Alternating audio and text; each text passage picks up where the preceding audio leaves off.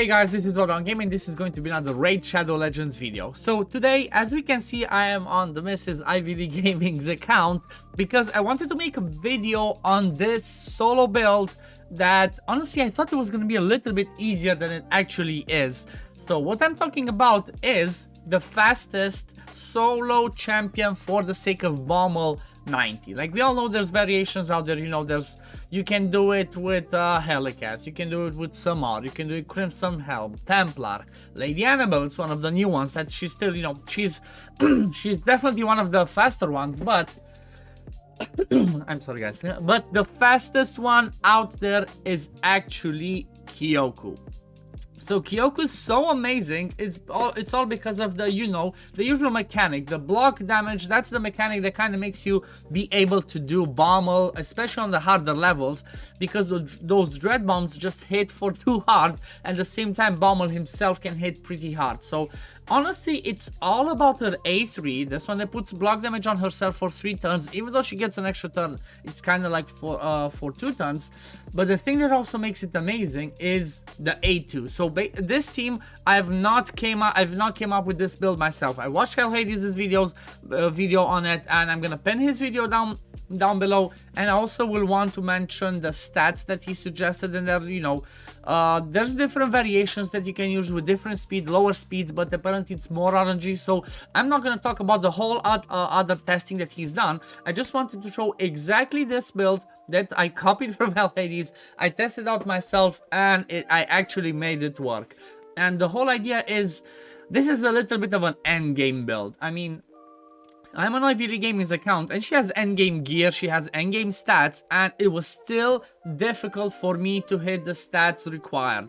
Basically, what you want to do is, like, you want to hit 294 speed with a 24% speed aura, or like I did, because I couldn't do that, I used Lady Kimi's aura, which is a 30% in Doom Tower. I could drop that speed a little bit lower. So the whole idea is you want to have, for the sake of 90, a true speed of 358 minimum. That's insane. And at the same time, you're trying to squeeze around 220 accuracy if you can, or more, for the sake of landing those HP burns. The whole idea is like this. You're not trying to land decrease attack or HP burn on the boss himself, but you're trying to land the HP burns on the bombs, on the side bombs, because that's how you do most of your damage, and that's how you take the boss down quicker. You do have War Master and some other stuff, but most of the damage is coming from the HP burn from the side adds. So the thing that you need to try, the thing that you need to find when you do this build is find the right balance of having people that will help you pass through the waves faster, because if you just put her on her own with just the lead of Lady Kimi, it's gonna take years and years. So you need to find the right DPS that will allow your Kyoku to kill 3 people on the waves, and then everybody die on the second wave apart from Kyoku. Kyoku needs to come or to arrive at the boss on her own. There might be like a slight exception, I think, maybe if somebody else arrives at the boss but dies after the one hit, but you do not want to risk it. You want to have Kyoku arrive at the boss alone. So what I'm going to do is I'm going to show you the run that I pre-recorded, where actually I had some RNG happen in there, and then we're going to come back, we're going to show you the build and the masteries and the presets. So see you in a bit.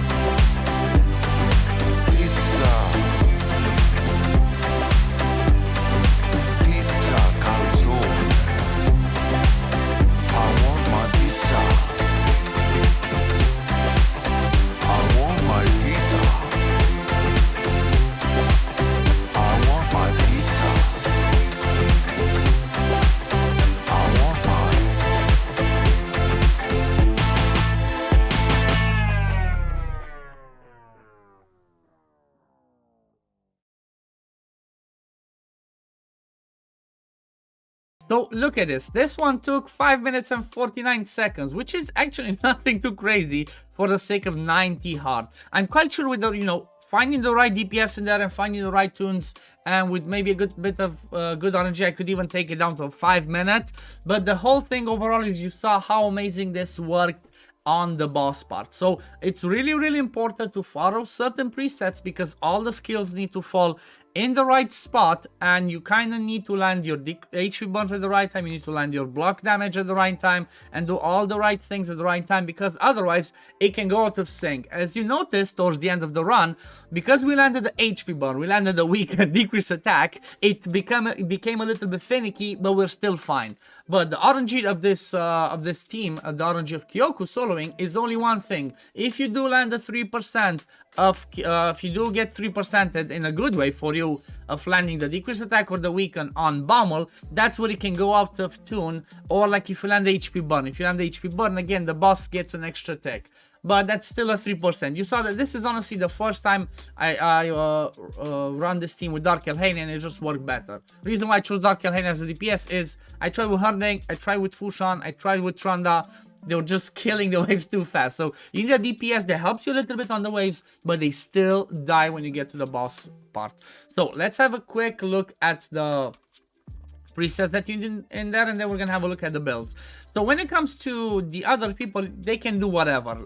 For Kyoku, we need like this. On the first wave, just maybe start with this one, let her do whatever. On the second wave, just lock out the A3, lock out the A2. So just open with the A2 and then have it locked out. The reason for that is you want to have all the skills on cooldown ready when you get to the boss part, because otherwise if you don't have the skills to do the right rotation, you're not going to fall in sync and it's going to fail. Basically what you want on the boss part, which is round 3, is open with the A1, then priority the A2, and then second priority the A3.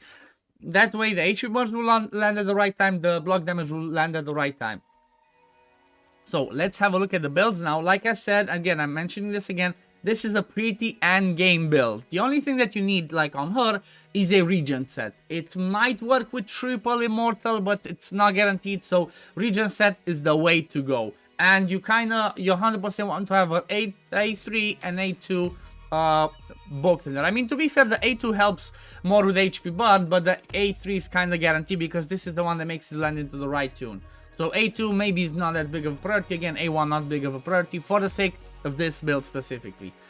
Then when we go to masteries, because we need to hit the 358 true speed that I mentioned as minimum, you want to get Whirlwind of Death. This is where it comes to the part where you want to kill 3 minions on the waves before you get to the boss part, otherwise it's not going to fall into sync. And at the same time, you want to have Spirit Haste, and you need to bring 3 people in the team alongside whoever you bring as speed lead and whatever, to make sure that they die, so that you get the extra 24 speed. That's how I can hit my speed, even though you see, if you look at Hades' video, you saw that he has 294 on her with Fushan lead. I only have 290 because I have Lady Kimi's lead, that's 30%, Fushan's 24, so I'm gaining around an extra, let me see, 6. Yeah, I'm gaining around a 6 extra speed, so I'm kind of falling into the right speed of having the true speed of 358. True speed means what she has, plus the aura, plus the masteries in total. So that's what you want to have. When it comes to the rest of the masteries, it's like, you know what? On the offense side, I took War Master, even though, yes, she can have a triple hitter. She only has a single target hitter if there's not enough debuff, so War Master's better in here. But if you cannot hit these crazy stats, I would suggest that maybe do not take War Master and just go down into the Eagle Eye, so you can get yourself to the, like I said, 200, 220, 250 accuracy max. You don't need more than 250, because if you go on the Hell Hades' website, and if you go to the, let's have a quick look, if we go to the stages tool, come on, we go to Doom Tower, rotation 3, let's go to 90 hard. Okay, there we go. So we can see here that wait, what's happening? Okay, 90 hard, there we go. So you can see over here that the dread bombs have 230 resistance, so you need around 255. You saw that I have 200 and was good enough. But you know what, 200 to 20, that's plenty. So if you struggle to hit the other stats, like I said, just ignore the War Master and go get the Eagle Eye, because at the end of the day, you notice that War Master doesn't do as much damage on the boss himself as the HP burns proccing on the side bombs do. At the same time, you have to keep in mind that if you don't take the War Master, if you don't have a perfect speed to where Kyoku kills the people and everybody else dies and she gets to the boss alone, on the second wave, Kyoku might have a harder time killing them without the War Master, so keep that in mind as well. But yeah, this is what I wanted to show today. It's a pretty amazing build. It's pretty fun to see this team work and be done that fast, but it's pretty gear intensive, honestly. It's pretty gear intensive, but still, I wanted to make a video on this because, you know what, some people might have Kyoku on their account and they want to have something for the sake of Bommal to do it on full auto, not worry every time about manualing it or trying some other stuff, just building her, using the right people around her and just letting it go.